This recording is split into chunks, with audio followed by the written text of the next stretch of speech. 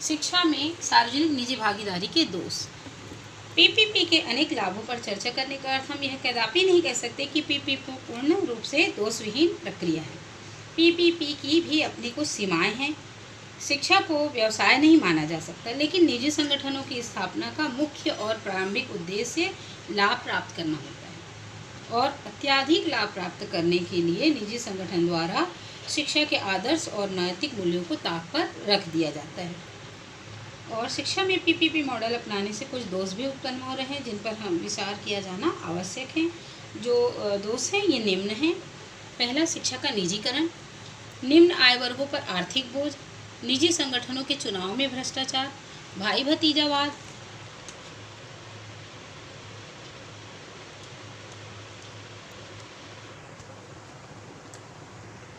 शिक्षा में सार्वजनिक निजी भागीदारी के अंतर्गत सरकार का अप्रत्यक्ष हस्तक्षेप, मुनाफाखोरी, सरकारी सक्षमता, सरकार का जिम्मेदारी से भागना, उचित मूल्यांकन का अभाव, पूंजीपतियों का प्रवेश। इस तरह से हम देखते हैं कि पीपीपी के माध्यम से अनेक लाभ प्राप्त हो रहे हैं, लेकिन इनके कुछ दोष भी उत्पन्न हो रहे हैं। इन दोषों को कम करने हेतु सार्थक प्रयास किया जाना आवश्यक है और शिक्षा का पूर्ण रूप से निजीकरण होना हानिकारक हो सकता है। अतः शिक्षा को मुनाफे का केंद्र न मानकर न लाभ न हानि की अवधारणा पर संचालित किया जाना चाहिए। आगे हम चर्चा करेंगे शिक्षा में प्रभावी पीपीपी हेतु सुझाव। तो शिक्षा में पीपीपी के अनेक दुष्परिणाम सामने आ रहे हैं, जिनकी हमने अभी ही चर्चा की है और सरकार पर व्यय के बोझ को कम करने की दिशा में पीपीपी एक सार्थक प्रयास है। अभी भी हमें पीपीपी के मॉडल में कुछ सुधार करने की आवश्यकता है और शिक्षा में पीपीपी को प्रभावी बनाने हेतु कुछ निम्न सुझाव हैं, जैसे कि निजी संचालकों को या निजी संगठनों को नवाचार की स्वतंत्रता होनी चाहिए, जिससे भी कि कोई नई नीति या कुछ नई शिक्षण पद्धति को अपना सकें।